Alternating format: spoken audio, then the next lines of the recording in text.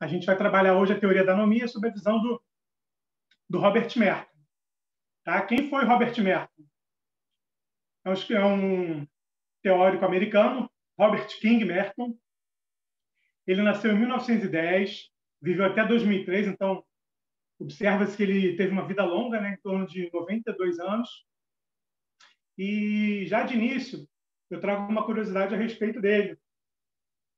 Apesar desse nome tipicamente americano, Robert King Merton, ele nasceu com outro nome, Meyer Skolknick. Só que, com o objetivo de americanizar o nome e de se afastar das origens, das suas raízes, na verdade, né, que remetiam ao leste europeu, então ele decidiu alterar o nome. Tá? Então, de Meyer foi para Robert Merton, e é assim que ele é conhecido até hoje. Apesar dessa vida extensa, de cerca de 92 anos, a gente vai estar trabalhando hoje a teoria que ele desenvolveu por volta ali dos anos 30, final dos anos 30, início dos anos 40, em que ele publicou um artigo em 1938 chamado Anomia e Estrutura Social.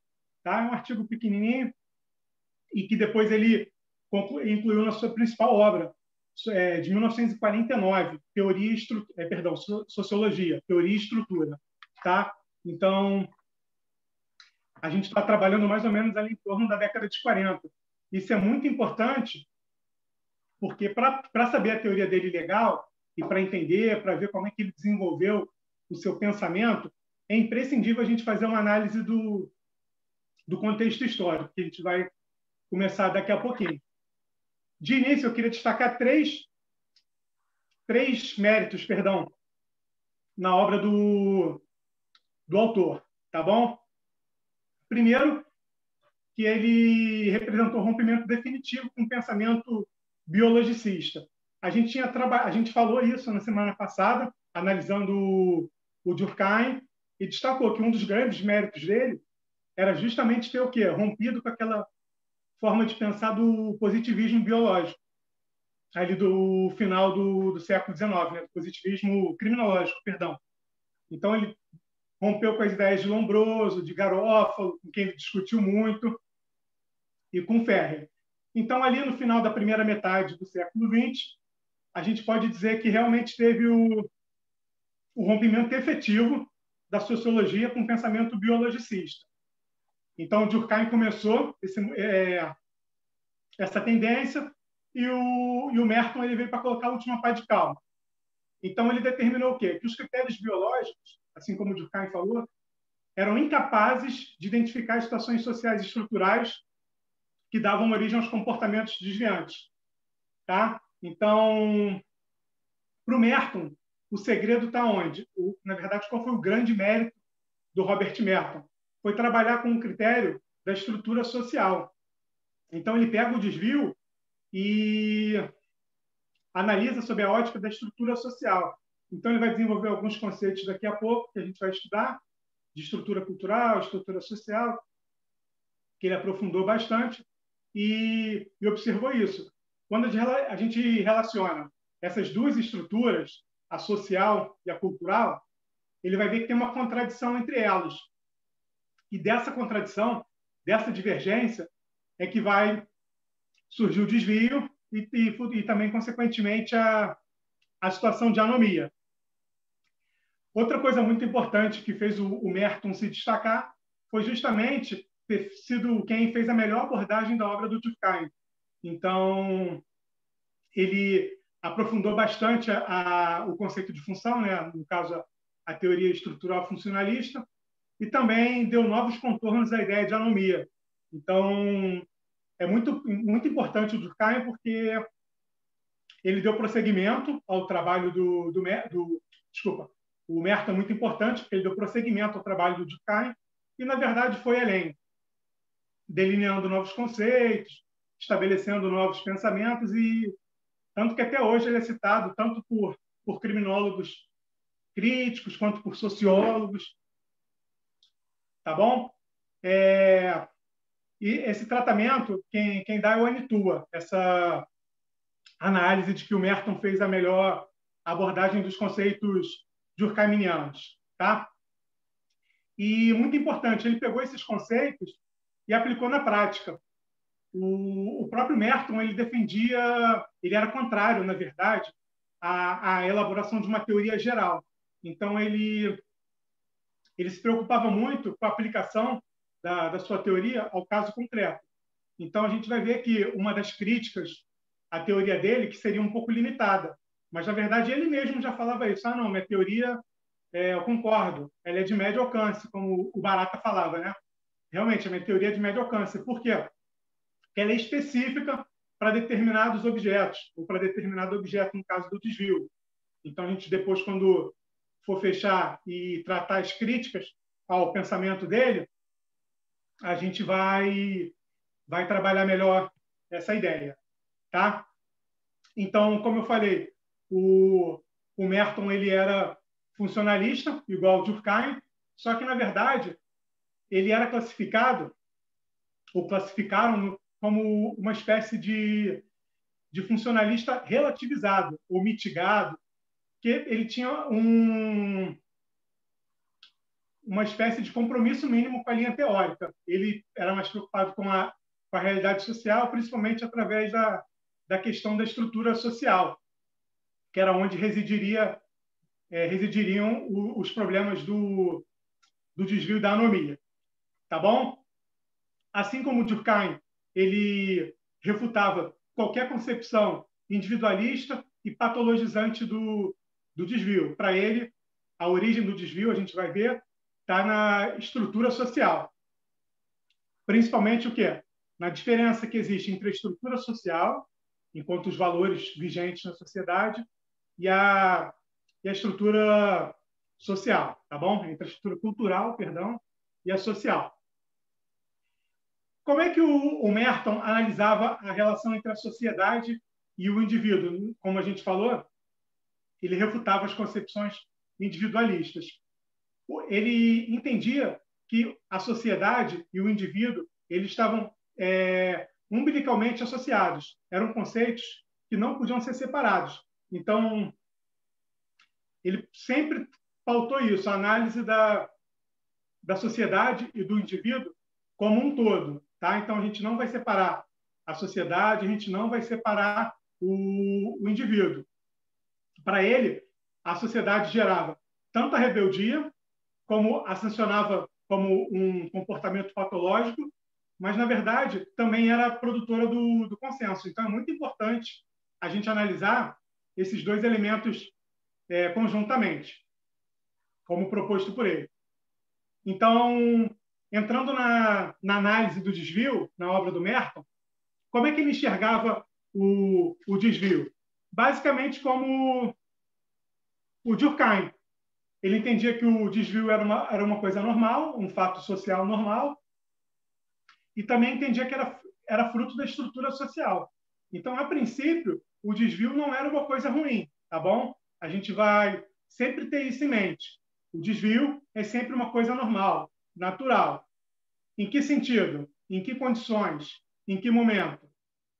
Vamos ver com calma daqui a pouco, tá? Então, a questão da estrutura social é que, apesar de ela dar origem ao desvio, tem que se levar em conta o quê? Que ela não é somente repressiva, tá? Então, a estrutura social ela não somente reprime o comportamento individual, de forma que ela também estimula o comportamento individual. Como? Produzindo novas motivações. Aí, aqui a gente puxa um pouco o gancho porque a gente viu lá no Durkheim. Produzindo novas motivações, a estrutura social impede que o indivíduo fique retornando às suas tendências inatas. E o que o Durkheim tratava como tendências inatas do indivíduo? Ele lembra que ele falava, a concepção que o Durkheim tinha do indivíduo era o quê? Como um ser egoísta e passional, tá bom? Então, essa relação entre a estrutura social e o indivíduo está nesse sentido, de que ela impede que ele fique retornando a essas características que seriam naturais, tá bom? Estimulando ele a adotar outras formas de comportamento, não tão negativas quanto o egoísmo e os instintos passionais. Então ele vem e fala o seguinte: os criminosos eles podem ser úteis para a sociedade. A gente está lá nos anos 40 e ele diz que duas situações podem fazer com que eles sejam úteis para a sociedade, né? Ou seja, a funcionalidade da criminalidade para a sociedade. Em primeiro lugar, a partir da criação de impulsos para a mudança social, logicamente, o que acontece? Vai favorecer o progresso social. E, da mesma forma que, a partir da reprovação da conduta criminosa, a criminalidade ela permite que a sociedade reforce os seus valores coletivos. Então, cria-se um consenso em torno da reprovação e, com isso, tem-se o quê? A afirmação da validade das regras sociais. Então, a partir desse consenso, reforçam-se os valores coletivos e, mais ou menos, o que a gente falou lá na aula do Durkheim. Reforçando os valores coletivos, consequentemente, reforça-se quem? A consciência coletiva. É mais ou menos o que o Merton está falando por aqui. Aí já vem uma boa crítica para o Merton, feita pelo Nils Christie, a partir do seguinte sentido. Se a criminalidade ela é vista como funcional, qual é o problema? Permite o surgimento de uma gama de comércios ou de setores relacionados à criminalidade. Então, atividades que a criminalidade tangencia, a partir do momento em que a gente entende o comportamento criminoso como natural, como funcional,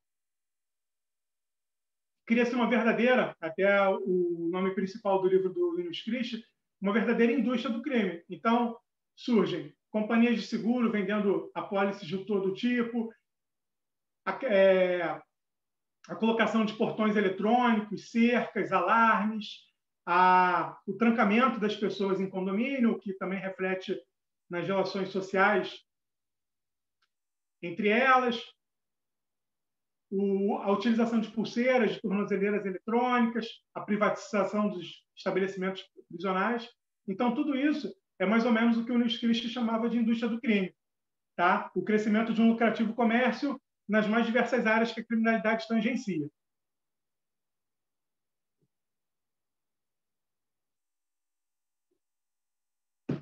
Uma coisa importante que a gente tem que ter em mente é o seguinte: a gente falou tanto no Durkheim como no Merton que os dois autores consideram o crime como uma coisa normal, certo? Só que é preciso ter em mente que as concepções que eles tinham acerca do normal não se confundem, tá bom? Então, o normal para o Durkheim é uma coisa e o normal para o Merton é outra coisa, né? Como se fosse uma expressão que está na moda hoje em dia, o novo normal. Então, o que significava a normalidade para cada um deles, principalmente em relação ao comportamento desviante?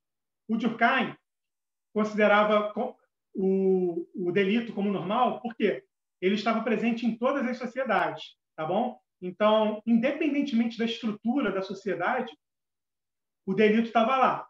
Sempre esteve, sempre estava e sempre estaria na sociedade.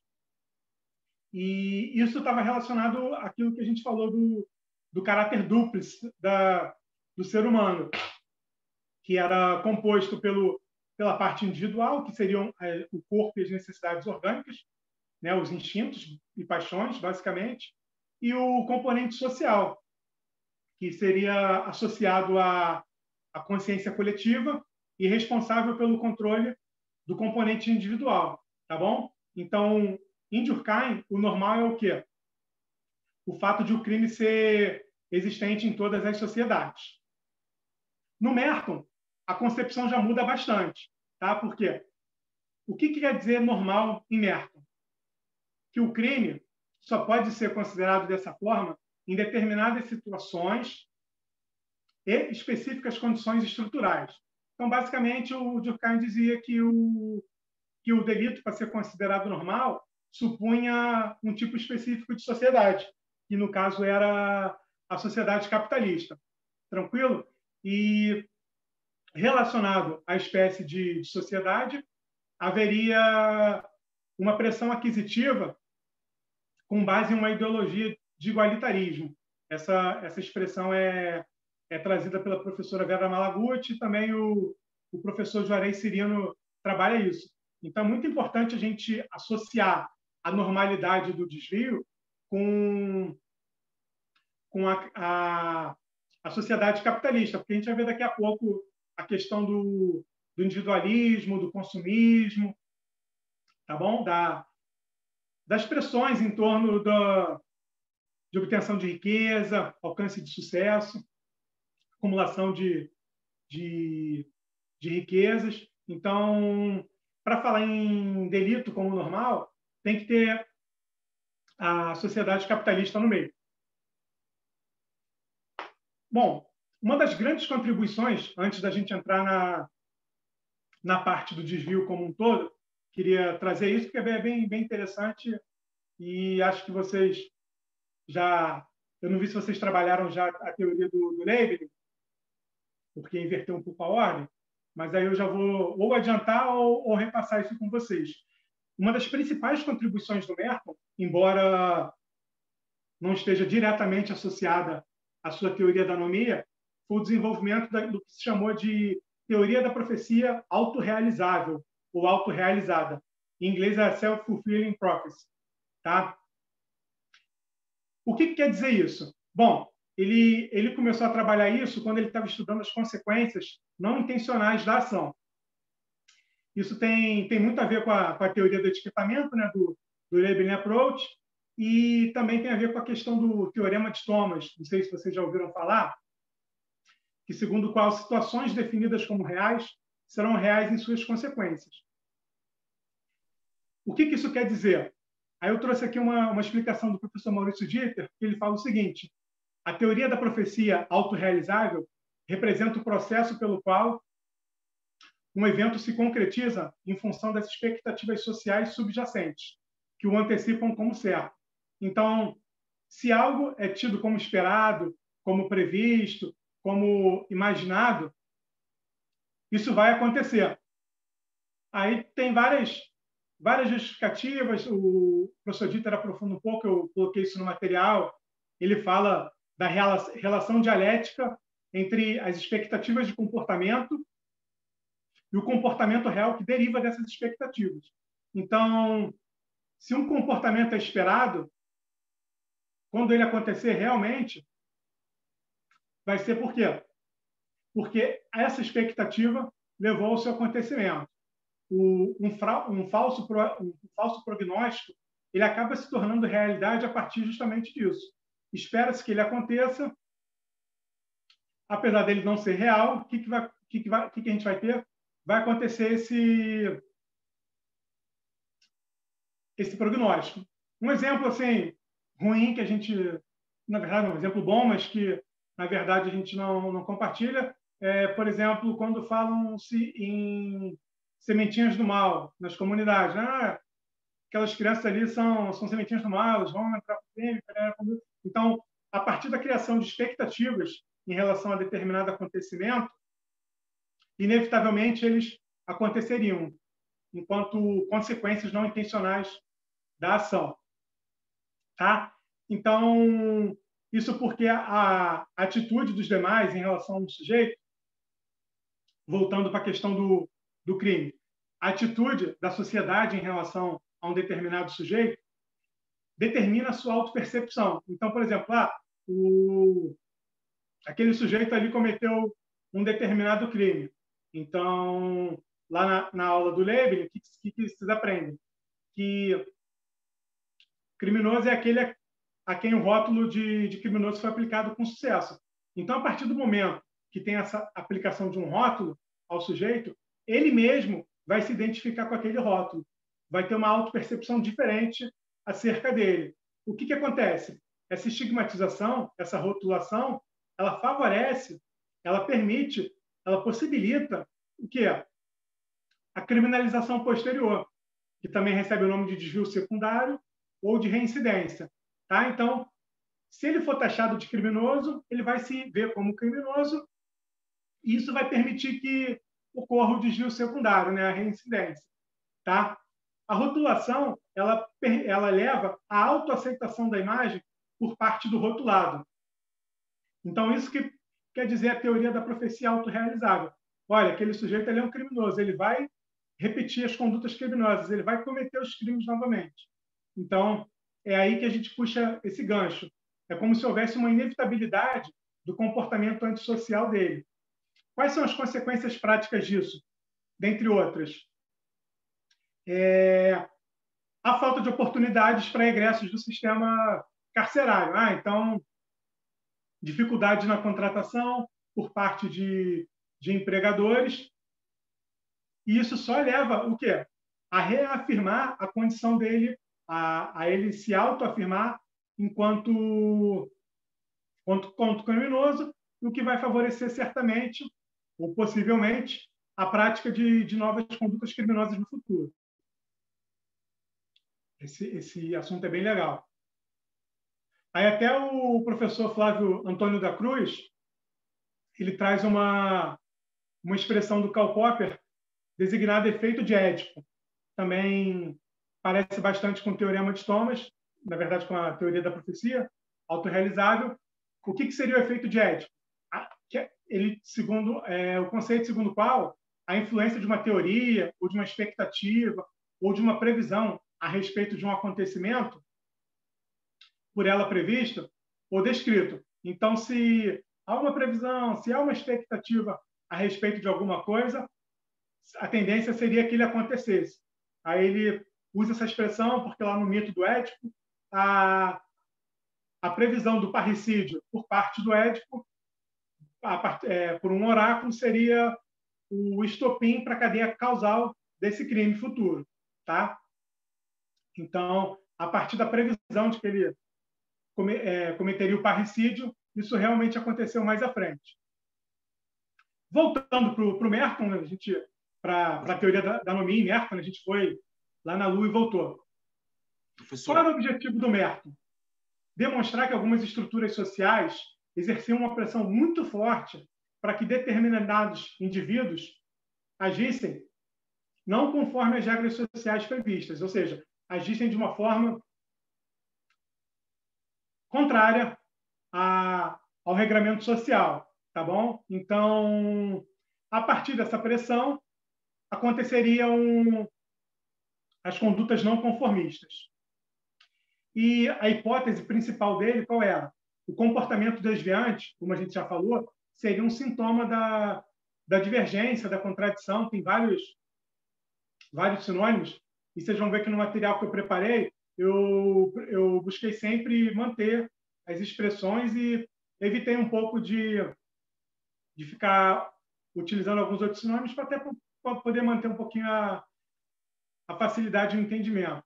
Então, para ele, o comportamento desviante, ou seja, o desvio, seria fruto da contradição entre as aspirações culturais, que a gente vai chamar o tempo todo de metas culturais, e os caminhos socialmente estruturados para atingi-las.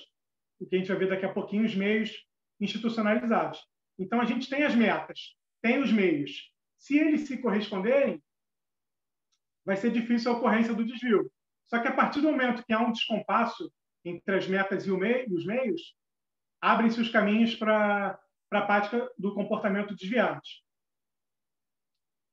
Bom, como eu falei, é de extrema importância a gente analisar o contexto em que a teoria dele foi desenvolvida. Aí eu destaquei aqui o que representa o The American Dream. Ali na década de 30, o finalzinho já, apesar de a guerra já estar começando a estourar, já estava prestes a estourar a guerra, na verdade, em 1938. A crise de 29 tinha levado à adoção das políticas de bem-estar social. E o contexto econômico já estava melhorando um pouquinho. E a teoria do Merton ela é muito ligada à situação dos Estados Unidos na época. Tá? Então, é muito importante levar isso em consideração. Como é que era a sociedade americana naquela época? É o que a gente vai trabalhar agora. Qual era a meta cultural mais importante? Qual era a aspiração mais importante da época? Era o sucesso. E como é que era o sucesso? Acumulação de riqueza e obtenção de prestígio. E isso se dava por quê? Acumulação de dinheiro, obviamente, né? E com base no ideal consumista. Então, tanto o dinheiro quanto o consumo, acumulação de riqueza, consequentemente, eram considerados de extrema importância. Então, quando a gente trabalha a obra do Merton, a análise do elemento econômico é imprescindível, tá? Porque está tudo relacionado ao contexto americano. Então, o American Dream, né, que representa o ideal de sucesso, o sonho americano, né, o American Way of Life, American Way of Life, tá? Isso a gente tem que levar muito em consideração. E a questão também da acumulação de riquezas, porque o que se tinha nunca era suficiente, era preciso mais e mais. Não havia limites para a riqueza na época. Então, como eu falei, a imprescindibilidade da análise do elemento econômico e, aliadas à riqueza e ao prestígio, havia algumas outras metas relacionadas à questão da vida boa.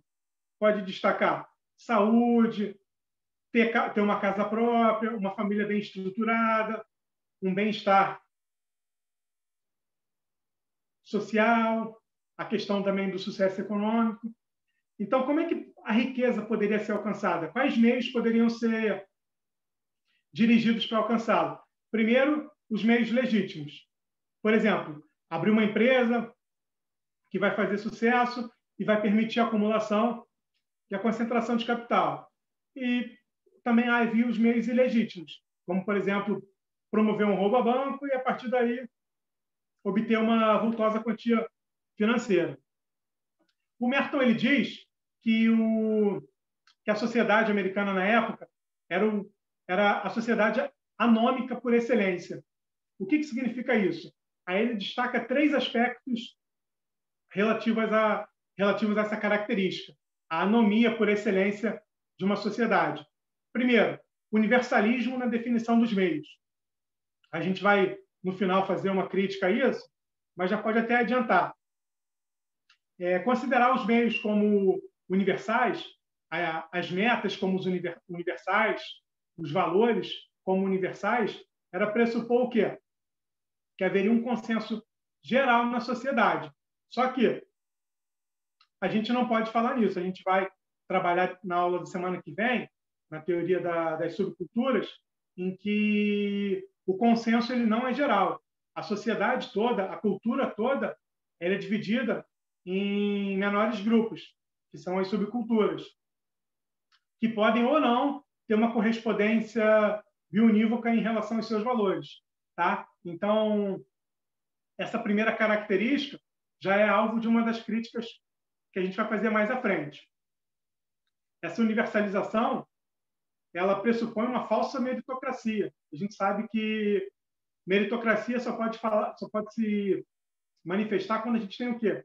Igualdade de oportunidades. Se as oportunidades fossem iguais, não seriam necessárias as políticas de ação afirmativa, né?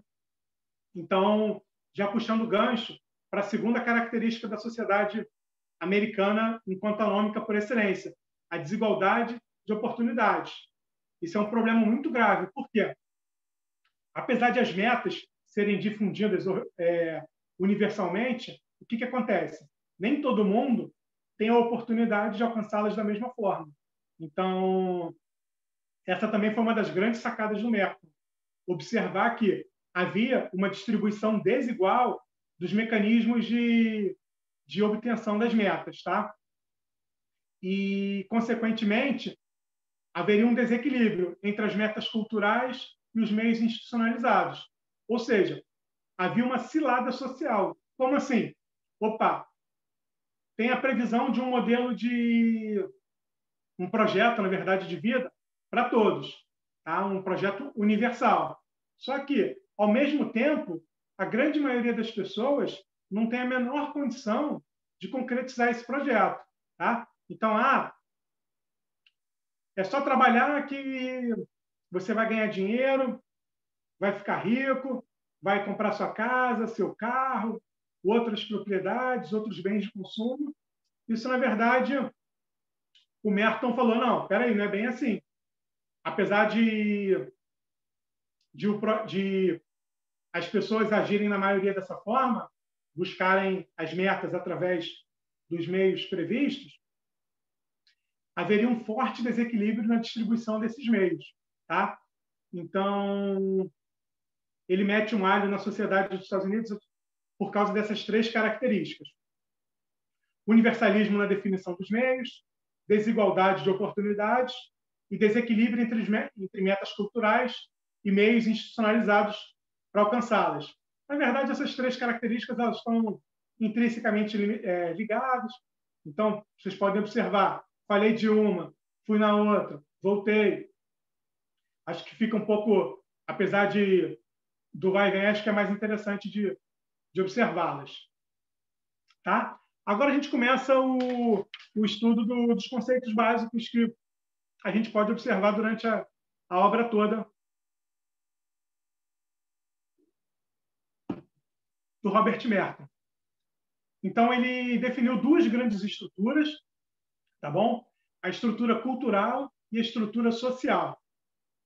E estabeleceu como hipótese que o desvio adviria da contradição entre essas duas grandes estruturas. Tá bom? O que é a estrutura cultural? É o conjunto de valores normativos que governam a conduta comum dos indivíduos, ou seja, dos membros de uma sociedade. Então, quais são esses valores? São as metas e os meios para alcançá-las. Tá? Então, enquanto estrutura cultural, conjunto de valores dominantes numa sociedade. Metas e meios. Quem são as metas?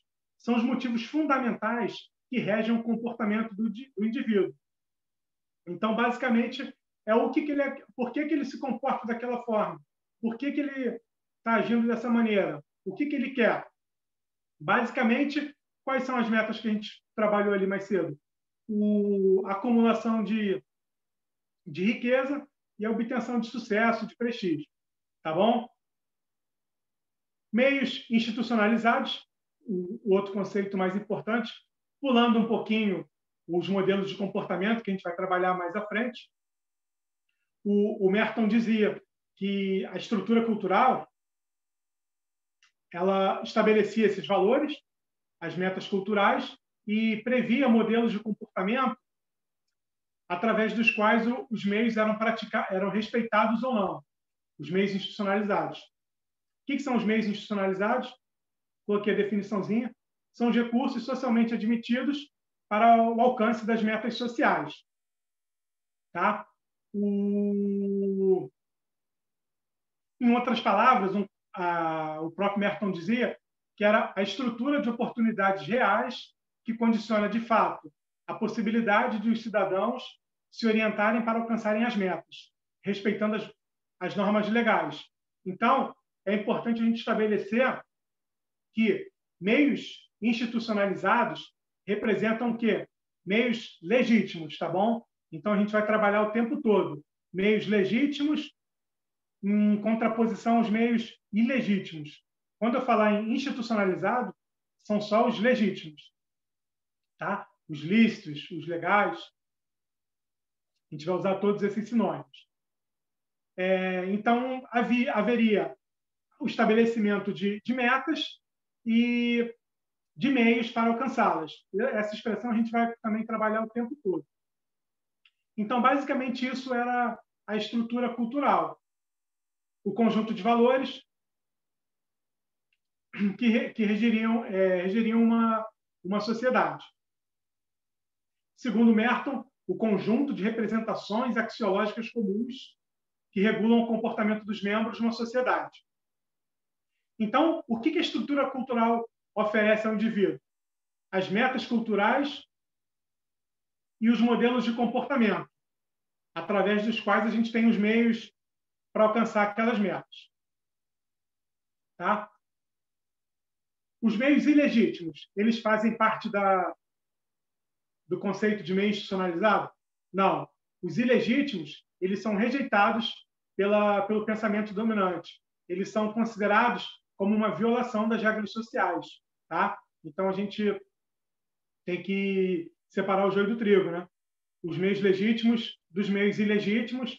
A gente vai ver que o indivíduo ele pode escolher ou um ou outro, tá? Para alcançar as metas, e isso vai repercutir onde? Na classificação do comportamento que ele vai trazer daqui a pouco. E o outro grande conceito do Merton é a questão da estrutura social, que representa o conjunto de relações sociais nas quais os membros de uma sociedade estão diferentemente inseridos. O que isso quer dizer? Que a estrutura social oferece a possibilidade de acesso àqueles meios institucionalizados de forma diferenciada, tá? Então, nem todo mundo tem acesso aos mesmos meios da mesma forma. Há uma variação de grau no que tange ao acesso aos meios. E como é que esse acesso é oferecido? Como é que esses meios são distribuídos desigualmente pela sociedade? A partir o quê? Da posição social do indivíduo. Então, as classes mais desfavorecidas têm menos acesso, enquanto as mais favorecidas, as mais abastadas, têm mais acesso aos meios legítimos. E o que acontece em relação a isso? Quais são os principais meios de alcançar as metas culturais? Trabalho e escolarização. Então, classes mais altas, melhores trabalhos, melhor educação. Classes inferiores, os mais pobres, piores trabalhos, pior educação. Tá? A forma de o Merton enxergar a sociedade na época. Qual era a consequência dessa distribuição desigual? Que, apesar de o sucesso ser uma meta universal, supostamente compartilhada por todos, esse desequilíbrio geraria consequências negativas, que poderiam ir desde a indiferença em relação às metas, ou seja, o sujeito não quer ficar rico, o sujeito não quer fazer sucesso, não quer ter prestígio social, até o extremo, que é alcançar essas metas através da prática de meios ilegítimos. Ou seja, então o sujeito ou não liga para essas metas, ou ele liga tanto que ele vai adotar outros meios que não estão previstos como legítimos, tá? Tudo isso é fruto do desequilíbrio na distribuição dos meios. Para ele, esse desequilíbrio não é um problema, a priori, obviamente. Essa incongruência ela sempre existiu na sociedade, sempre existiria, e a partir do momento que a sociedade capitalista apresentasse uma distribuição extremamente desigual desses meios, aí sim que a gente poderia começar a falar na anomia, tá bom? Então, assim, como lá no Durkheim, dentro de certos limites razoáveis, quantitativos, a discrepância entre as metas e os meios faria parte da constituição da sociedade. Seria um elemento constitutivo e até mesmo funcional para a sociedade. Por quê? A partir do momento que haveria menos meios para uma pessoa obter as metas, ela correria atrás de outros para alcançá-las. Só que, no que tornam-se ilegítimos e a discrepância aumenta muito, aí sim que a gente pode tender a uma situação de anomia generalizada na sociedade. Tá? E aí ele trabalha a origem do desvio justamente nisso, na pressão advinda da estrutura cultural e das contradições desta com a estrutura social. Como assim? Ele observou uma distorção entre as metas compartilhadas por todos e os meios institucionalizados de que os indivíduos dispunham para alcançá-las. Então, supostamente compartilhadas, perdão. Então, nessa distorção, nessa diferença, nessa contradição entre as metas e os meios, abriria espaço para a prática dos delitos, enquanto meios ilegítimos de alcançar aquelas metas. Como se fossem verdadeiros atalhos, né? A gente vai trabalhar daqui a pouco o comportamento que representa o desvio e vai ver exatamente isso, que a utilização de meios ilegítimos, na verdade, é um atalho para a ascensão social. Tá? Então, o que ele observou? O que ele extraiu da análise dele da sociedade norte-americana? Havia uma estrutura cultural, supostamente, composta por valores gerais e igualitários. Só que, ao mesmo tempo, haveria uma estrutura social que oferecia meios para alcançar aqueles valores de forma totalmente desigual. Então, enquanto a estrutura social era igualitária, a estrutura cultural, perdão, era igualitária, a estrutura social era o quê? Totalmente desigual. Então, isso gerava esse conflito e, consequentemente, a questão da anomia. Tá? Então, o que é a anomia no Merkel? É um conflito cultural. O conflito entre a estrutura cultural de valores igualitários e a estrutura social de meios distribuídos de forma desigual. O conceito dele, trazido à época, era uma crise da estrutura social, verificada principalmente a partir de uma forte discrepância entre as normas e os fins culturais, por um lado, e as possibilidades socialmente estruturais de agir em conformidade com aquelas por outro. Então, ofereciam-se certos meios de forma desigual para atingir metas que seriam iguais para todos. Então, obviamente, o que acontece? Alguns teriam mais chance do que de outros para atingirem as mesmas metas. E para ele, essa diferença, essa distorção, que representaria a questão do desvio e, consequentemente, da anomia. Tá bom? Então, ele fala em contradição, ele também tem uma expressão de bifurcação entre as normas e objetivos culturais e as capacidades socialmente estruturadas de ação. Ou seja, haveria um gap, uma diferença entre como determinadas pessoas podem agir e como outras determinadas pessoas poderiam. Isso tornaria a sociedade anômica, como a gente viu lá na caracterização da sociedade norte-americana.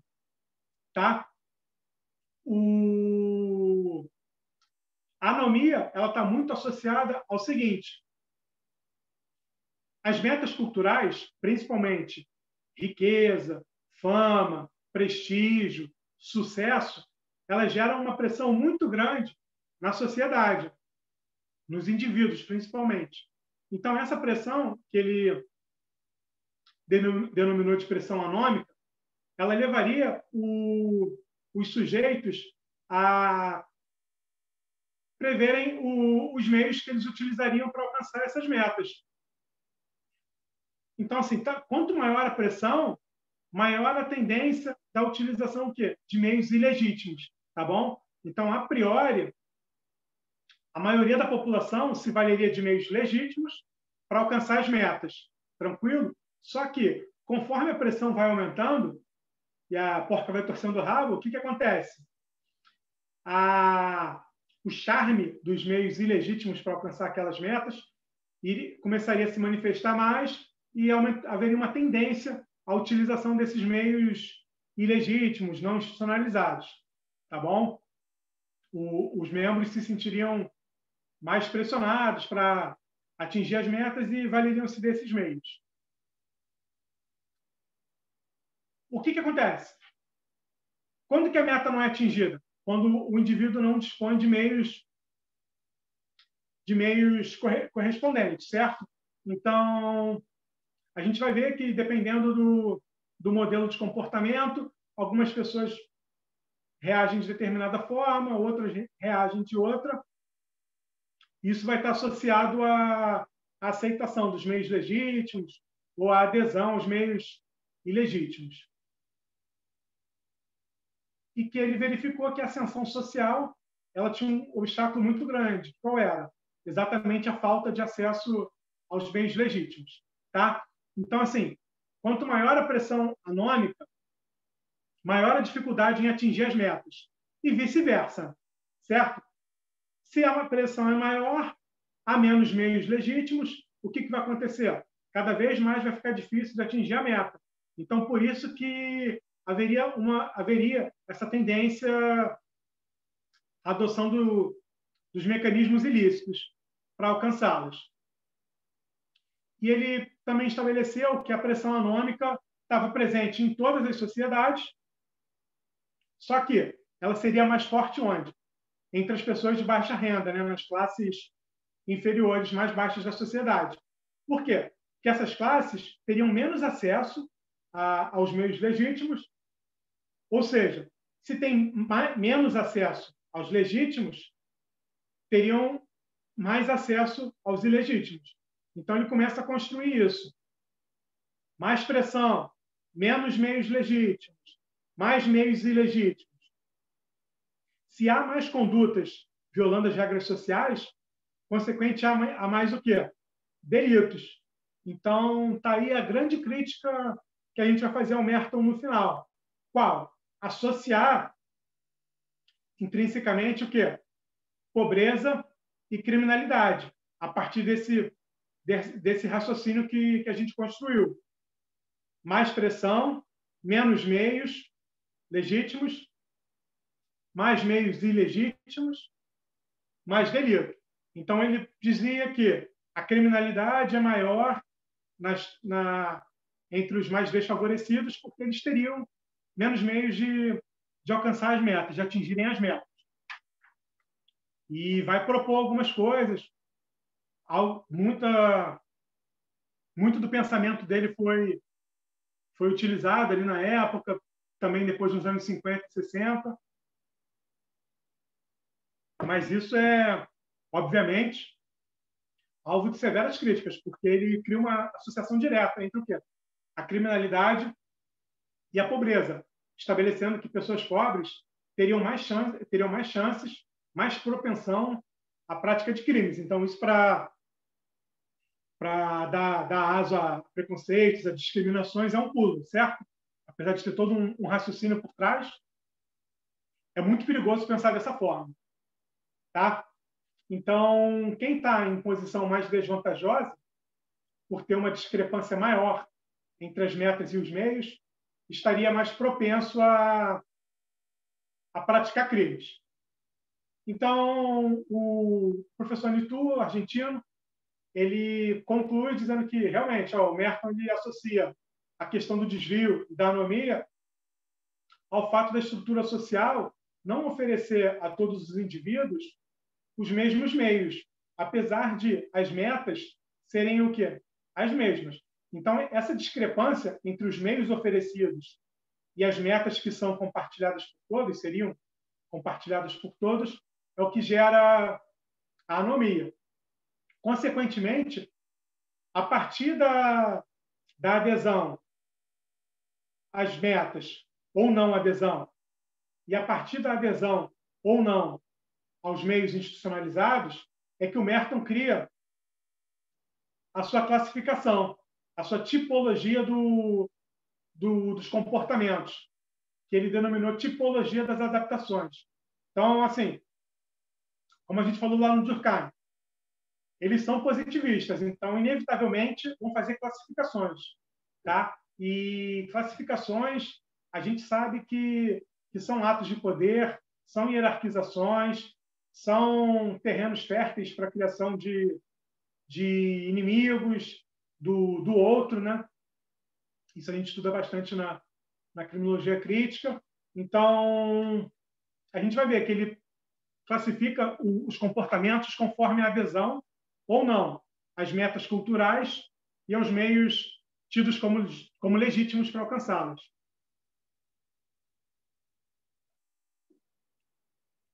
Tá bom? Representa um posicionamento dos indivíduos em relação a essas regras.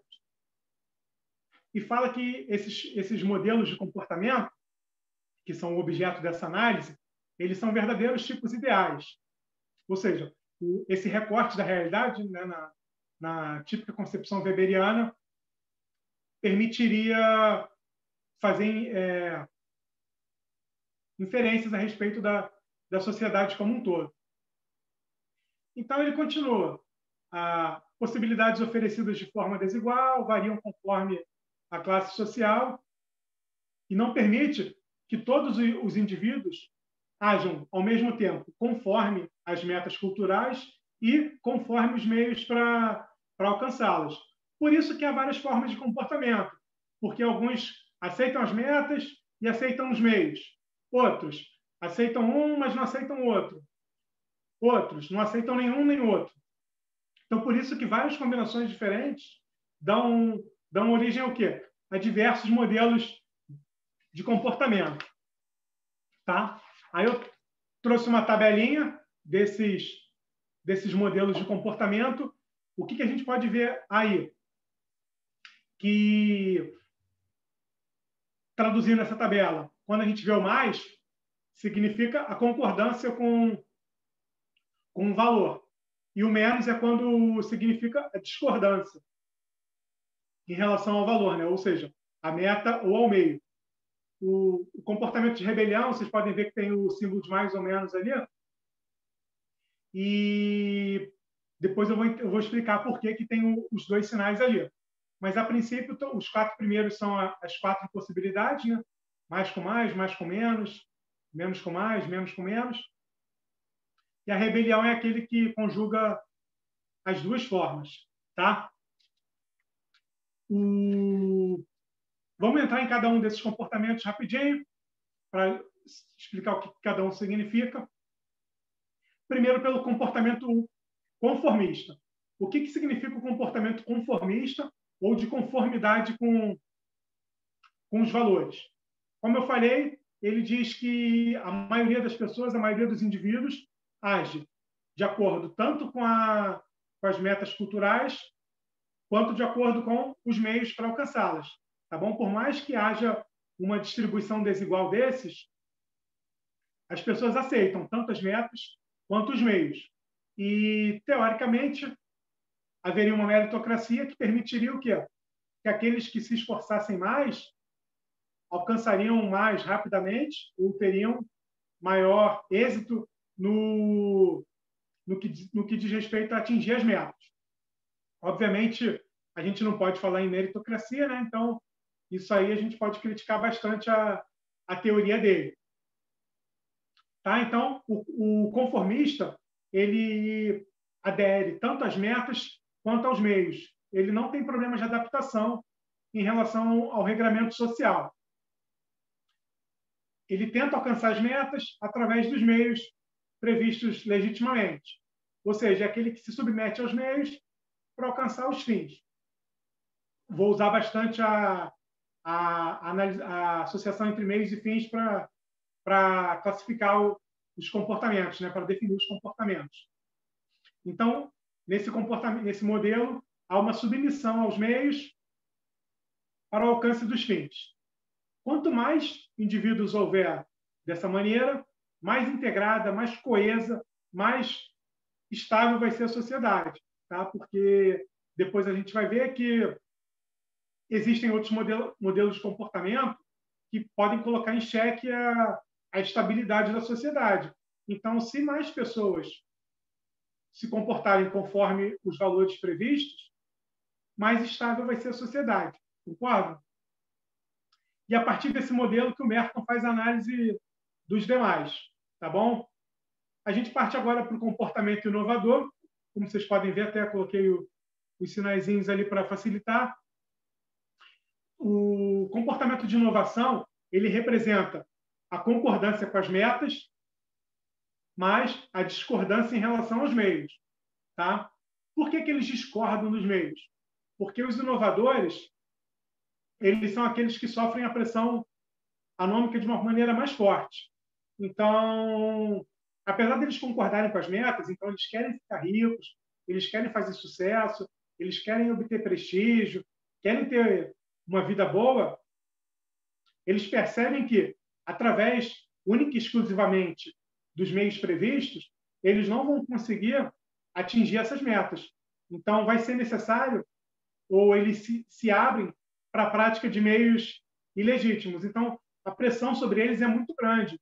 Eles são bombardeados o tempo todo pela cultura do consumo, pela necessidade do trabalho incessante. Para quê? Para alcançar metas que eles não têm condição. Então, não tem como alguém trabalhar 10, 12 horas em trabalhos braçais e em atividades braçais e obter sucesso, alcançar fama, acumular riqueza.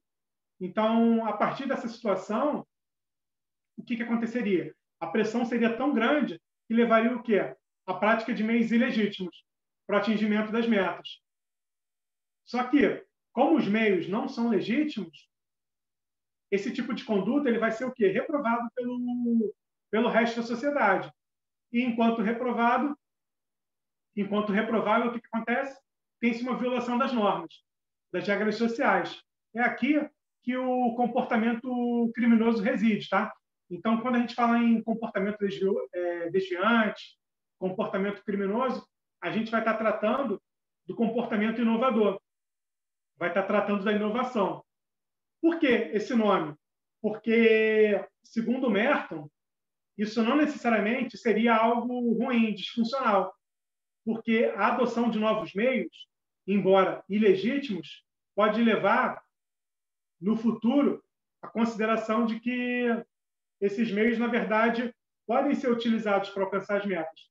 Então, determinadas condutas que eram reprovadas no passado podem muito bem passar o quê? A serem aprovadas no futuro. A gente falou isso lá no Durkheim. Crimes no passado não necessariamente são crimes o quê? Na atualidade. Assim como crimes hoje não necessariamente serão o quê? No futuro. Então, é daí que vem o caráter inovador, que é a possibilidade de um comportamento acarretar progresso social, mudança social. Tá? Como a gente fez lá no primeiro comportamento, em que havia uma submissão tanto às metas quanto aos meios, aqui eles só aceitam as metas, mas não aceitam os meios. Então, a partir da prática de meios ilegítimos para alcançarem as metas, o que isso quer dizer? Que para os inovadores, os fins justificariam os meios. Tá? Então, não importa se é legítimo, se é ilegítimo, o que eles querem é alcançar a fama, o sucesso, a riqueza. Tá bom? Então, esse é o comportamento inovador. Onde ele seria mais verificável, mais encontrado? Nas classes mais pobres. Essa associação entre a pobreza e a criminalidade é a tônica da teoria do Merton, e ele diz que a partir do momento em que há uma pressão maior sobre essas classes desfavorecidas, seria lógica a prática de condutas desviantes, ou seja, adoção de meios ilegítimos para alcançar as metas culturais. Porque essa pressão, né, essa ênfase no sucesso, ela estaria acompanhada, né, nos mais pobres, do quê? De uma precariedade dos meios. Então, eles estão lá, bombardeados pela cultura do consumo, pela necessidade de acumular riquezas. Só que, ao mesmo tempo em que eles sofrem toda essa pressão, os meios dos quais eles dispõem não são suficientes para alcançar esses objetos. Então, o que eles fariam? Adotariam meios ilícitos para alcançá-los. Tá? A partir do momento que a estrutura social impede o acesso igual às oportunidades. Né? Aquela questão da distribuição desigual dos meios. Tá bom? Partindo para o terceiro comportamento ritualista ou ritualismo. Nesse tipo de comportamento, nesse modelo, a gente tem o que ele falava em respeito meramente formal aos meios institucionalizados, acompanhado de uma recusa em atingir as metas culturais. Então, recusam-se as metas, ao mesmo tempo em que aceitam os meios. Daí o menos mais. Tá? O que acontece? Esse tipo de sujeito, esse tipo de comportamento, representa já aquele que se desencantou com as metas. Então, ele sabe que ele não vai ficar rico, ele sabe que ele não vai fazer fama, ele sabe que ele não vai fazer sucesso. Só que, apesar disso tudo, ele continua respeitando os meios previstos para alcançar esses objetivos.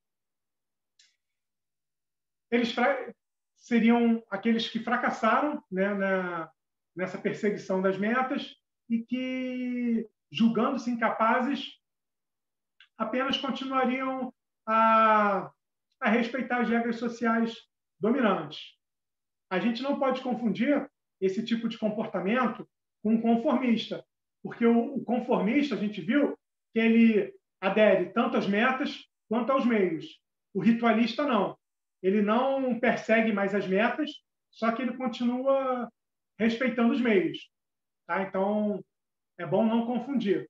E o conformista é o único comportamento não desviante, e o ritualista ele já é desviante, assim como os outros modelos de comportamento. Tá?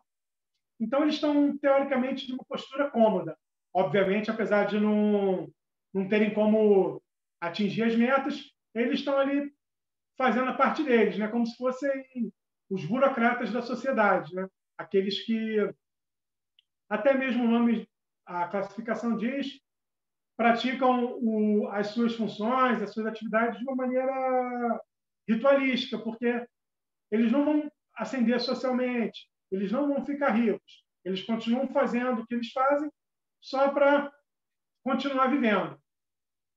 Aí ele diz que está associada aos membros da classe média baixa, que teriam se acostumado com o que tinham e que se apegavam à ritualidade do cotidiano, com pleno respeito à legalidade. Porque a partir do momento que os meios ilegítimos passam a ser adotados, a gente não pode falar mais de comportamento ritualista, porque aqui a gente tem respeito aos meios, tá? Então, são aqueles que sabem que não vão conseguir atingir as metas, mas continuam adotando os meios legítimos, mantendo-se fiéis a eles.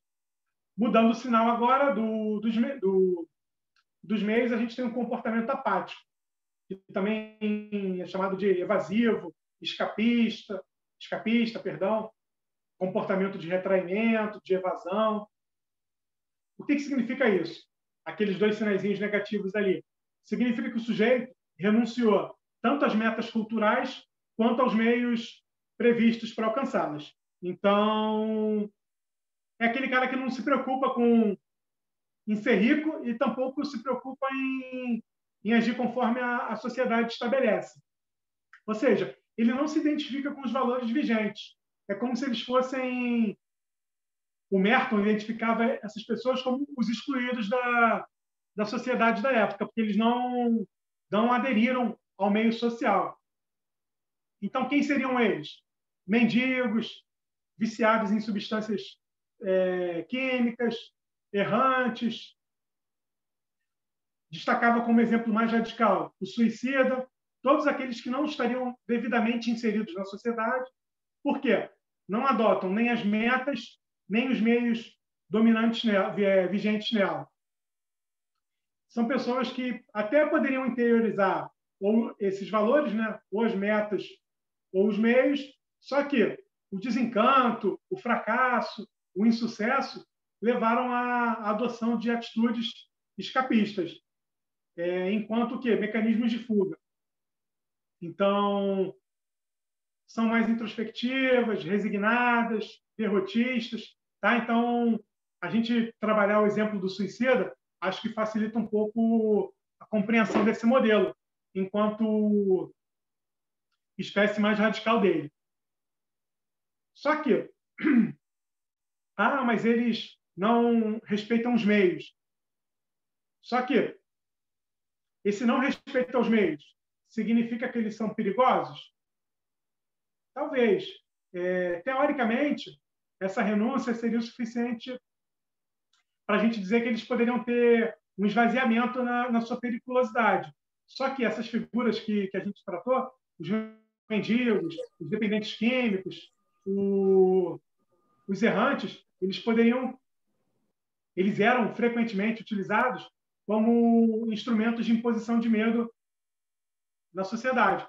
Então, infelizmente, a gente não pode associar essa postura à não periculosidade, tá?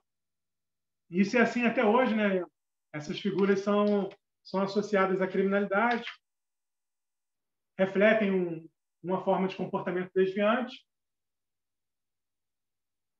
E, por fim, o comportamento rebelde, comportamento de rebelião. Também vai gerar depois uma mudança nessa classificação bem interessante. Quem é o rebelde? É o inconformado, é o revoltado. São aqueles que questionam as estruturas da sociedade, os atores, as bases da sociedade. Tá? Então, assim, a princípio, essa rejeição é tanto em relação às metas quanto em relação aos meios. Então, tanto a atitude em relação às metas quanto a atitude em relação aos meios levaria à colocação só do sinalzinho negativo ali, na tabela. Só que não para por aí. Eles não se conformam com aquele tipo de sociedade, mas eles acabam fazendo o quê? Propondo novos meios para alcançarem o quê? Novas metas. Então, eles questionam os valores vigentes e propõem alternativas a eles. Tá? Então, por isso que estão ambos os sinais ali na tabelinha. Eles discordam das metas, mas propõem outras, às quais eles aderem. E discordam dos meios, mas propõem outros com os quais eles concordam. Então, assim, os meios e as metas vigentes não valem, mas a gente está propondo outros meios, outras metas para os quais há adesão. Então, o que isso significa? Que há o estabelecimento de novas metas e a institucionalização de novos meios. Exemplos principais: revoluções sociais, os rebeldes sem causa, lá, né, nos Estados Unidos, Inglaterra, tal, e os movimentos de direitos civis, que se valeram principalmente da desobediência civil. Estados Unidos, na Índia, né, com Martin Luther King, com Gandhi na Índia, tá bom? Então, havia uma negação da estrutura cultural, só que, ao mesmo tempo, havia uma afirmação substitutiva de outros valores. Negavam-se as metas e meios, mas propunham-se outras metas e meios. Então, daí esse caráter dúplice na classificação do rebelde. Tá?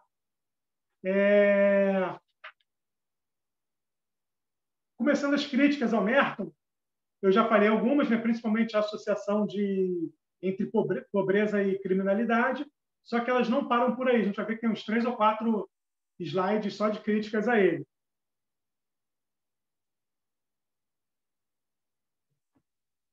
A primeira é que ele não consegue responder algumas perguntas.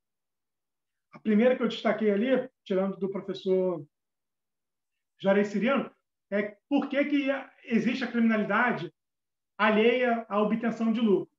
Então, na verdade, esse modelo do Merton ele está muito relacionado aos crimes patrimoniais. Então, ele tinha dificuldades para explicar a prática de crimes que não estavam associados à obtenção de lucro. Segunda, por que não existem pessoas em situação de vida completamente desvantajosa que não delinquem? Então, ele associava a pobreza à criminalidade, só que, obviamente, qualquer análise empírica levava à conclusão de que, mesmo entre os mais pobres, há, e a maioria no caso, pessoas que não delinquem, certo? Então, ele ficava sem conseguir explicar esse tipo de situação. Além disso, por que não se combateria a criminalidade dos mais poderosos, que nem ocorre em relação aos mais pobres? Também isso foge à teoria do Merton. A gente vai ver mais à frente que isso está associado à atuação do sistema de justiça criminal, tá bom? E em relação até à última pergunta, como que se explica a criminalidade de colarinho branco, o Sutherland, que vem logo depois do Merton, ele desenvolve a teoria dos crimes do colarinho branco, né, naquele livro dele paradigmático, Crimes do Colarinho Branco, que até na época foi censurado, porque ele denunciou, acho que uns 20 casos de empresas que teriam praticado condutas ilegais nos Estados Unidos, inclusive levando à morte de pessoas, à causação de lesões corporais graves, e que passava-se pano para isso. A publicação desse livro foi em 49, para vocês terem noção. E assim que o livro saiu, a editora foi pressionada a não colocar assim que o livro estava saindo, perdão, a editora foi pressionada a não divulgar o nome das empresas que teriam cometido as ilegalidades. Isso vingou até 1982, ou seja, mais de 30 anos, o livro vinha com nomes fictícios para as empresas. Depois, obviamente, conseguiram reverter essa proibição e as empresas foram explicitadas no livro. Então, ele fala da Ford, fala da Coca-Cola, tem da IBM, é bem interessante esse livro. Tá? Então, a teoria que o Sutherland vai desenvolver acerca dos crimes do colarinho branco bota em xeque muita coisa que o Merton tinha estabelecido antes. Não obstante ele ter tido muitos méritos, como a gente falou no início. Mas essa associação para e passo entre a pobreza e a criminalidade realmente não tem como se sustentar. A época já não durou tanto, hoje muito menos. Tá? Outra crítica. Merton acreditava que a integração dos indivíduos à sociedade era universal. Só que isso não se mostra a verdade. Por quê? A gente vai trabalhar na próxima aula. As subculturas dentro da própria cultura dominante. Então, os valores eles não são compartilhados universalmente. Há uma ruptura, uma contradição nos valores, uma divergência nos valores adotados pelos indivíduos. O professor Roberto Bergali, argentino também, que até faleceu esse ano, ele disse que o Merton tomava como absoluta a ideologia das classes médias, ignorando a inexistência de um consenso. Então, ele partia do pensamento da classe média e supunha um consenso em toda a sociedade. Só que isso a gente sabe que é impossível. Então, isso também já tira um pouco da sustentação da teoria do Merton. Ademais, a mesma crítica que a gente fez ao Durkheim, que a ótica funcionalista da teoria do Merton, ela também tenta solucionar os conflitos a fim de manter a ordem social. Então, sempre que a gente fala em manter a ordem, o que a gente trabalhou semana passada? Está associado diretamente o quê? A legitimação, a manutenção do status quo, a legitimação do poder, o incremento do poder punitivo, do controle social, tá bom? Então, essa é uma das principais críticas ao funcionalismo, que, na verdade, é só mais um instrumento de legitimação do poder. Ele faz as críticas à sociedade, fala que a estrutura social distribui desigualmente os meios, só que, no fundo, o que ele propõe? Medidas que permitam o reestabelecimento da ordem na sociedade anônima. Tá bom? Então, isso nada mais é do que legitimação do poder dominante. Inclusive, falava, não, mas pô, você é muito conservador. Ele, não, pelo contrário, também me acusam de ser progressista. Mas, no caso, a gente trabalhou bastante, né, lá na obra do Merton, que o funcionalismo ele é bastante conservador nesse sentido. Tá? Principal crítica que a gente falou, insistência na associação entre pobreza e criminalidade. Para ele, o comportamento desviante se concentrava nas classes mais desfavorecidas. Por quê? Haveria uma conjugação entre pressões em prol das metas culturais e a ausência de meios eficazes. Tá bom? A gente vai ver que os meios ilegítimos eles variam conforme a eficácia. Então, quanto mais fácil permitir a ascensão social, mais seria adotado determinado meio e maior a contradição entre os meios e as metas, maior a anomia na sociedade. São tipos ideais, a gente sabe que não há uma relação direta entre a prática dos meios ilegítimos e a obtenção das metas culturais, que variam e que não necessariamente vai praticar um roubo, vai um furto, qualquer outro crime patrimonial vai levar à independência financeira. Isso não tem relação nenhuma direta entre uma coisa e outra, tá? Aí eu puxei o gancho do Sutherland antes, porque ele diz o seguinte: espera aí, não é bem assim. Os crimes não acontecem só nas classes mais pobres. O desvio ele é muito mais comum do que se pensa, tá? Ele está espalhado por toda a sociedade.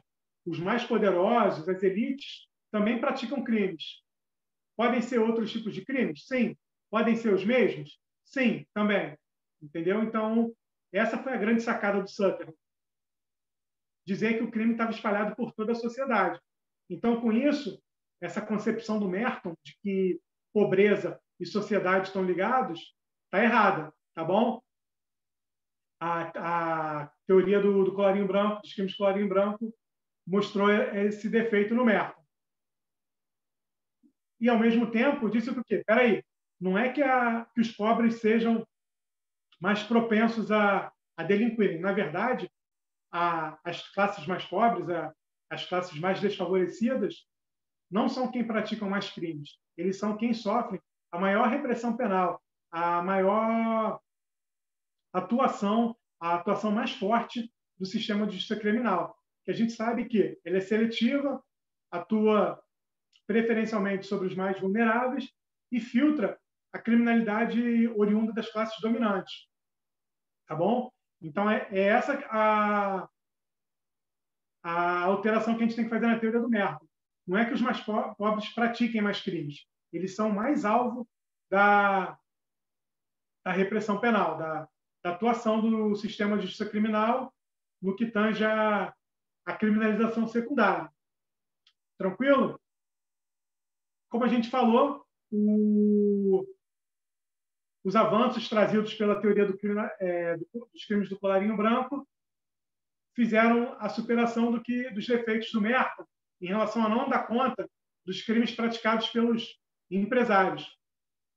Até o professor Alessandro Barata traz uma análise bem interessante, porque falaram, pô, Merton, mas por que os empresários não praticam crime?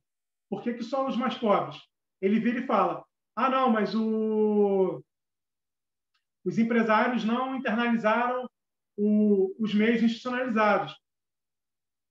Isso, na verdade, representa uma contradição na teoria dele. Por quê? Ele pega essa questão subjetiva, que, na verdade, é um critério usado para explicar por que tem mais crimes, mais delinquência entre os mais pobres, e transporta isso para os mais ricos. E, ao mesmo tempo, ele usa um argumento subjetivo, segundo o professor Barata, para dar conta de uma realidade que é eminentemente objetiva. Qual é? Os mais pobres têm acesso limitado às oportunidades, mas os mais ricos têm um acesso o quê? Mais amplo. Então, esse argumento de que não houve a internalização dos valores, dos meios legítimos, não fecha a conta, porque enquanto os mais pobres têm menos acesso, os mais ricos têm mais acesso. Então, a teoria que ele desenvolveu não vale para explicar os crimes praticados pelos mais ricos. Ele até tenta fazer um balaio de gato aí, driblar um pouco essa crítica, mas não serve, tá? Só serviria, desculpa, entre aspas, né? Ele só explicaria a criminalidade dos mais pobres. Não pode ser transportada para os mais ricos. Aí, o professor Barata, até o Zaffaroni, numa das obras antigas, obras mais recentes, né, na Nova Criminologia Crítica, ele fala isso, que o Merton ele falhou em enxergar o quê? Que o sistema produtivo, o sistema produtivo legal, né, as empresas, os governos, eles se alimentam também dos lucros das atividades delitivas. Isso, na época, o Merton não enxergou e o Sutherland que promoveu essa virada aí.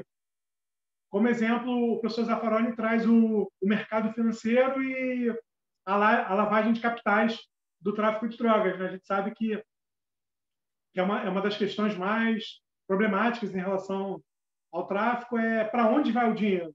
Então, buscam-se 1000 formas diferentes de dar destino a esse dinheiro e, muitas vezes, o arcabouço legal ele puxa os recursos vindos da esfera ilegal da sociedade, né? E isso não é tão óbvio, isso não é tão visível e muitas vezes ocultado também. Essa não percepção, né? Essa realidade não é funcional à sua divulgação, tá? Então,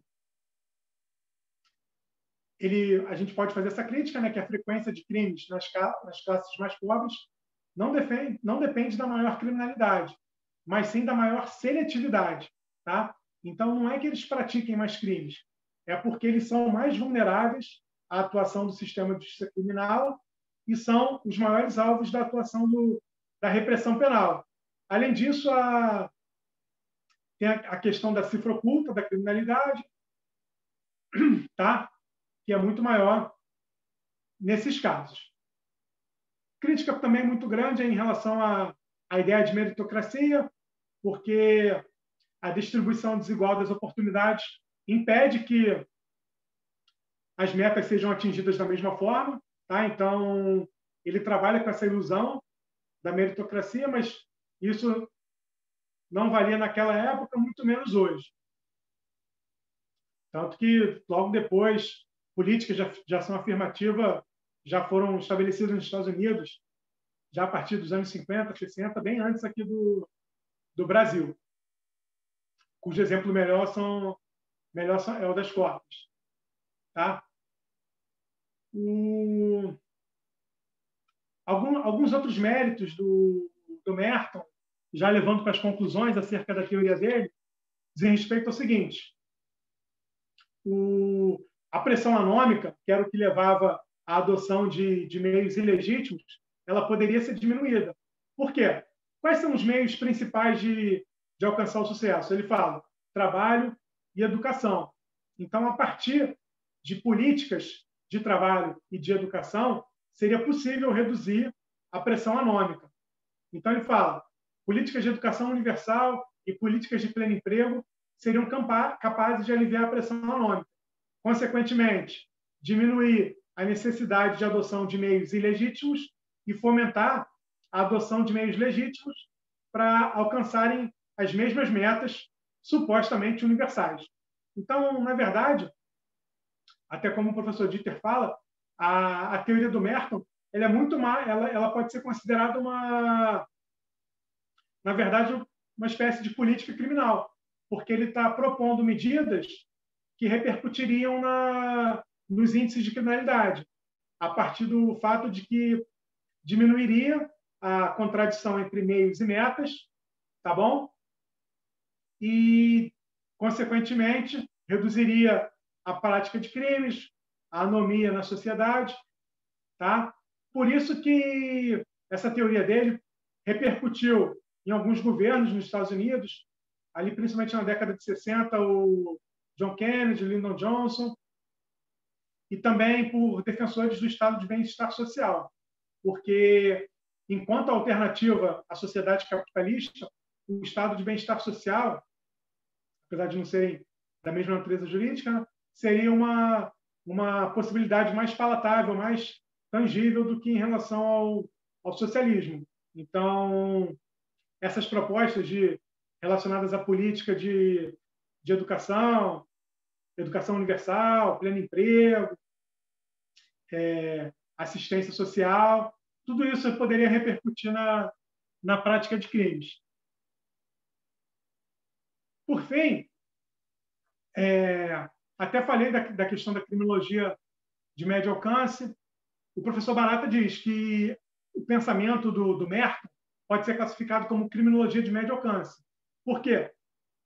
Ele não explica o comportamento criminoso a partir das relações internas do modo de produção, que realmente que é o responsável, como defende a criminologia crítica, pelo equilíbrio da formação social. Então, ele não mergulha a fundo na questão da estrutura social e faz uma análise mais superficial. Ele não trabalha a questão das consequências da adoção do modo de produção capitalista, da contradição entre trabalho assalariado e capital, tá? Aí o professor Alessandro Barata ele diz isso. A teoria do Merton é de médio alcance. E curiosamente, eu falei, né, que o próprio Merton falava, não contemporaneamente, mas que a teoria dele era realmente de médio alcance, porque ele era refratário a grandes teorias, a grandes elaborações teóricas, e que limitava os seus objetos de forma intencional, como a gente falou ali do desvio da anomia esse tempo todo. Por fim, algumas outras críticas, ele não consegue explicar outros tipos de delito, como a gente falou, concentrava mais na parte mesmo patrimonial. Então, como explicar crimes tipo homicídio passional, estupro, maus tratos contra animais? Ele tinha essa incapacidade em adentrar na análise desses crimes, tá? Além do mais, por exemplo, ele só tratava da criminalidade dos mais pobres, a concentração da criminalidade nas camadas sociais inferiores. Com isso, ele não conseguia explicar também, por exemplo, condutas delitivas relacionadas a determinadas categorias sociais. Por exemplo, como a criminalidade feminina. Por que mesmo as mulheres pertencentes às camadas sociais inferiores, mais pobres, por que elas praticavam tão poucos crimes quanto as das mais superiores? Então, obviamente, a gente sabe que a criminalidade feminina é menor do que a masculina, bem menor, e só que na época já tinha pouca diferença entre as mulheres pobres que praticavam crime e as mulheres ricas que praticavam crime. Isso mostra que não casava a teoria dele. A teoria dele só valeria para os homens pobres que praticariam mais crimes do que os homens ricos, por causa da falta de acesso às oportunidades. Aí, trazer aqui uma curiosidade que o professor Juarez Cirino traz no seu livro, na Criminologia da Repressão. Ele fala o seguinte, que o Merton sofreu críticas em relação à classificação dos comportamentos e mexeu nessa classificação. Eu trouxe para vocês aí um dos últimos slidezinhos. Ele separa o comportamento rebelde dos comportamentos conformistas e desviantes. Tá? Então, daqueles 5 comportamentos originais, ele reduz para 3. Conformidade, aberração e rebelde. Tá? Então, o rebelde continua sendo fora da conformidade, mas ele não mistura com desviante. Tá? O comportamento desviante ele vai associar aqui como de aberração, que envolve inovação, ritualismo e evasão. Aí as outras 2 espécies, conformidade, que aí realmente seria a maioria dos indivíduos, e não conformidade, que seria o comportamento rebelde, e não classificado como desviante, como outrora fora. Tá bom? Então, ele faz essa pequena correçãozinha na tipologia dele. Então, tem o primeiro momento e o segundo momento na tipologia do Merton. Tá? Então, as 2 aí para vocês. Então, o mais importante realmente no Merton é que ele observa que o crime, que a anomia, são frutos da estrutura social, que é responsável pela distribuição desigual de meios legítimos para a obtenção das metas culturais. Então, isso aí para ele, para a época, é uma super sacada, tá bom? Então, isso tem que ser reconhecido. a gente fez elogios ao Durkheim na última aula. Eu falei também que elogios têm que ser feitos a Lombroso, que também é tido como também uma figura assustadora, mas tem seus méritos, né, principalmente metodológicos. Então, a gente tem que reforçar isso no Merton. Associar o desvio, o crime, à estrutura social, em razão dessa distribuição desigual, dessa contradição entre meios e metas, foi uma baita sacada dele, tá bom? E o professor Juarez Cirino fala que o Merton ele configura, ao mesmo tempo, a primeira expressão crítica da sociologia, do comportamento desviante, tá bom? E que representa o limite extremo dos questionamentos dentro do esquema consensualista do funcionalismo estrutural. Como assim?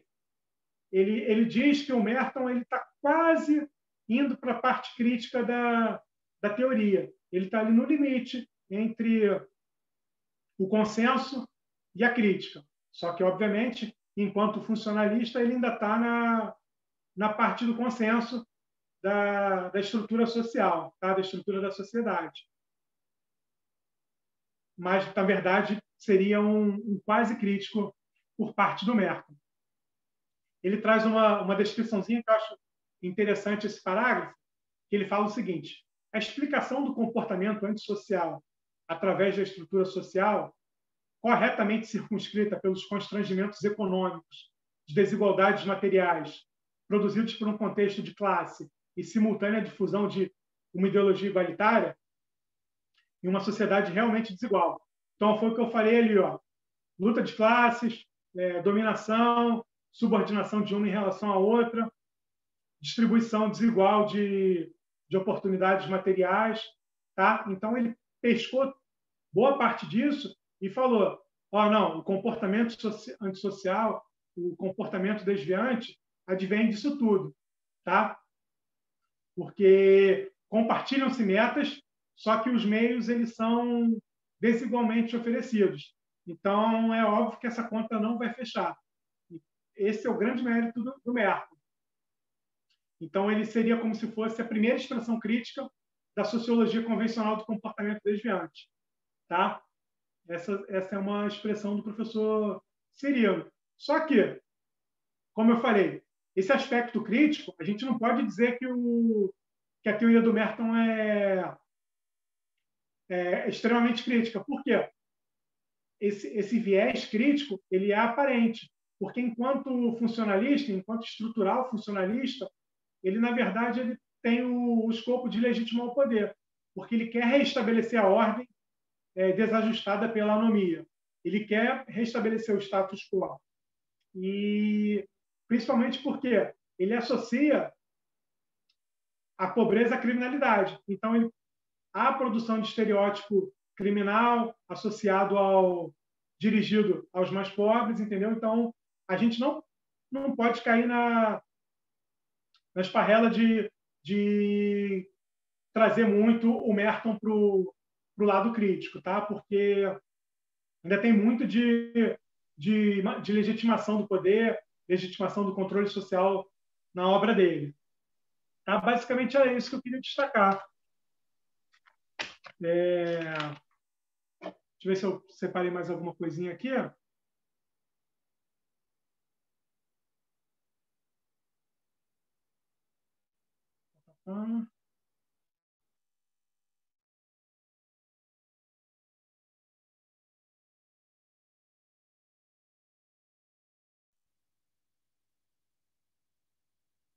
Tem uma questão interessante também, que eu não coloquei no material, mas eu posso trazer para vocês, que eu trouxe do livro da professora Sabadell, que ela trabalha alguns temas relacionados à anomia, e eu achei mais interessante a relação que ela faz entre a anomia e a corrupção, principalmente política aqui no Brasil, né?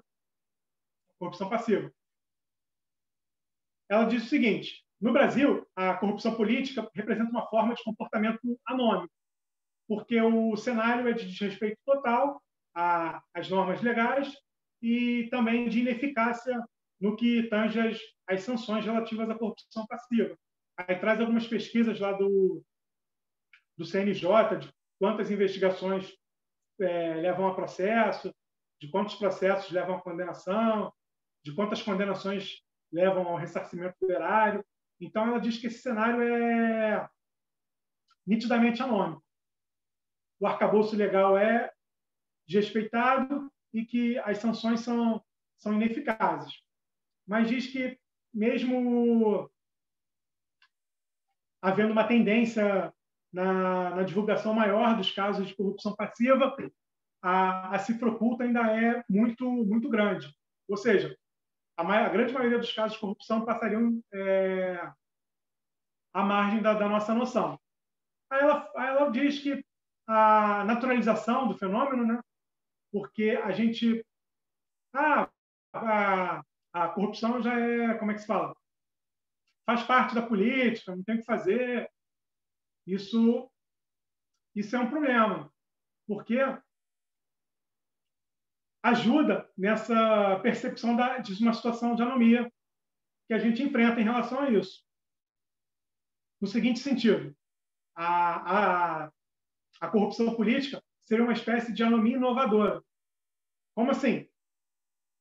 A prática de meios ilegítimos para a adoção, para o alcance das metas culturais, conforme a tipologia do original do Merton.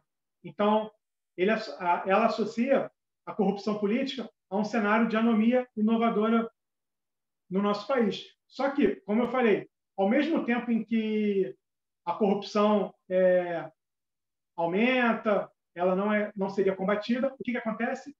As normas sancionadoras aumentam, as penas aumentam, são mais agravadas, só que, no fundo, todo esse tratamento mais agressivo é acompanhado também do quê?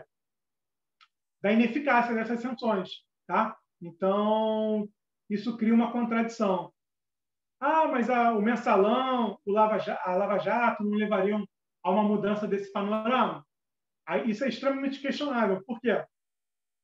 Há sérias dúvidas com relação à capacidade do direito penal resolver os conflitos sociais. Né? A gente falou isso na outra aula já. Então, será que eles conseguem mudar essa situação, esses cenários, né, essas operações da Lava Jato ou o processo do mensalão, seriam capazes de repercutir na questão da corrupção? Como a gente falou, a prisão legal aumentou, as penas aumentaram, só que a corrupção diminuiu? Tem eficácia preventiva esse tipo de medida? Parece que não. Então, resolvem-se os conflitos? Muda a sociedade? Também parece que não. Então, isso é alvo de bastante crítica.